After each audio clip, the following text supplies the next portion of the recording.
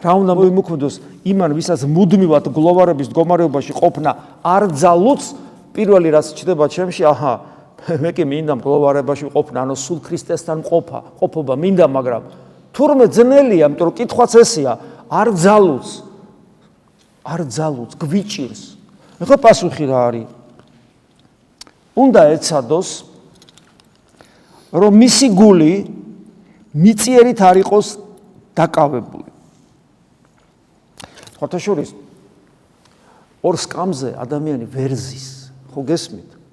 ან ერთ სკამზე უნდა იჯდეს, ან მეორე სკამზე უნდა იჯდეს. მე მესმის, რომ პირდაპირ გაგებით მიწიერით გული დაკავებული არ უნდა იყოს. პირდაპირ გაგებით, რომ ესე იგი იმ სკამზე რო იჯდე, რომელიც მაცხოვნებელია, ეს მხოლოდ მონაზვნის საქმეა, გარეგნულად. მაგრამ ესეც ჩვენი აზრია.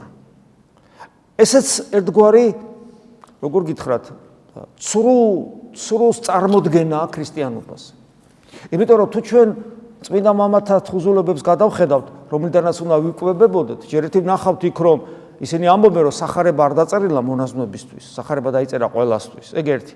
და მეორე, მაგალითად, ხშირად მომიყვანია მე მაგალითი წმინდა ნიკოლოზ კავასილა, რომელიც დიდი სიქასტი იყო, მაგრამ ის არ ყოფილა მონაზონი, სასულიერო პირი, ფის ერისკაცი იყო.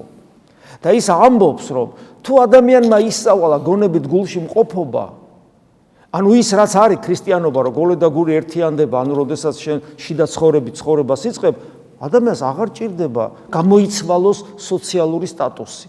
როგორც ხარ, ეგრე შეგიძლია იყო, სადაც ხარ, რასაც აკეთებდი, რასაც მოქმედებდი, როგორც მსახურებდი.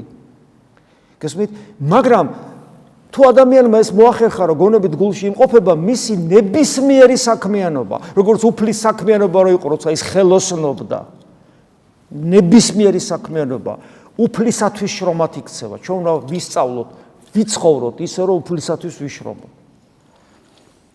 ამიტომ ასეთ დროს ადამიანი შეიძლება იყოს ხელოსანი, შეიძლება იყოს მუსიკოსი, შეიძლება იყოს მინისტრი, შეიძლება იყოს მუშა, შეიძლება იყოს რაღაცა ხელოვანი მეცნიერი, არ აქვს მნიშვნელობა. შეიძლება უბრალოდ დიასახლისი იყოს, მაგრამ შეიძლება ყანაში თოხნიდეს, არ აქვს მნიშვნელობა. მაგრამ ამ დროს ამის პარალელურად მისი გული მიწიერით არ იყოს სავსე. გესმით? ეს არის შესაძლებელი და ეს არის ქრისტიანობა. ეს უნდა ვისწავლოთ.